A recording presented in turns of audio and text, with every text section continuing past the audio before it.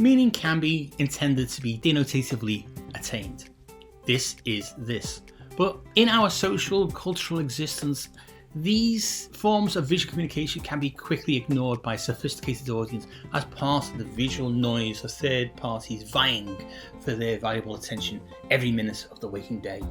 This brings us to the connotative level of communication of messages and meaning. It brings the creative to the discipline's starting point of the client's brief's requirements.